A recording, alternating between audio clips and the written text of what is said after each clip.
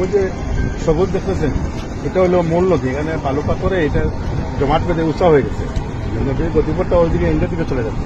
এই জন্য ওই বালু পাথরে না সরাইলে, নদীর গতিপথটা ঠিক না করলে, চ্যানেল ঠিক না করলে, আপনার এখান থেকে ব্লক লাগাইলে কোনো কাজ হবে না। বর্ষার যে স্রোত, পানির যে স্রোত, এগুলো আধা ঘন্টা চলে নিয়ে আসবে। আপনাকে একটু নিয়ে দেখতে তাই না?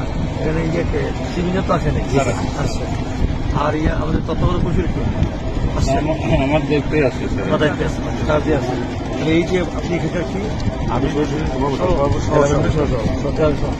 উনি যে জিনিসটা বললো, এই যে আছে এখানকার আমাদের জনগণ হিসেবে বললো, আপনি তো আমাদের ইঞ্জিনিয়ার, টেকনিশিয়ান, আপনি এনার কথার প্রেক্ষিতে কি করা হতো?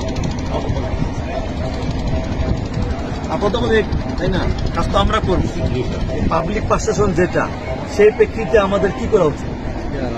স্যার ওইটাই যে আমরা ফ্লটার ডাইভার্ট করেছি এরকম আমরা এই ফ্লোটা যদি খুলে দিই, মানে খুলে দেওয়ার পর পানি ফ্লোটা এদিকে চলে আসবে, এদিকে চলে আসলে আমরা বিজিবির পাশে যে ফ্লোটা আছে ওইটা আস্তে আস্তে বন্ধ করে দিতে পারবো, তখন ওইটা আমরা সেভ করতে পারবো। পাথর পাথরে জমাট বেঁধে তখন এটা খালি আপনি আমরা ওই কাজটা করলে আপাতত আমাদের গ্যাপটা সেভ করতে হবে। ঠিক আছে, ওকে। যে ফ্লোটা আছে ওইটা করার পরে স্যার আমরা পরবর্তী কথা বলি। আপনি আমাদের মন্ত্রী ভাষা আলোচনা করলে পালে আজকে কাজ শুরু করবেন, আমি বলে গেলাম, আমার মন্ত্র আমি বলে গেলাম, সমাজে দেখতে নৌকা লাগে 10 ফিট, তাই না? আমার একটা সেমিনার আছে, আমাকে মাননীয় প্রধানমন্ত্রী 3টার মধ্যে ঢাকা বসতে পারছে। আপনি আসতে ছেলেতে আর সাদা কথা দেখে যাবেন না, দেখে গেলে ভালো, মাত্র নৌকায় 10 মিনিট সময় লাগবে না স্যার, দেখে গেলে আমার একটা সেমিনার আছে, তাহলে তো আমি যাইতে পারবো। আপনার একটা নজর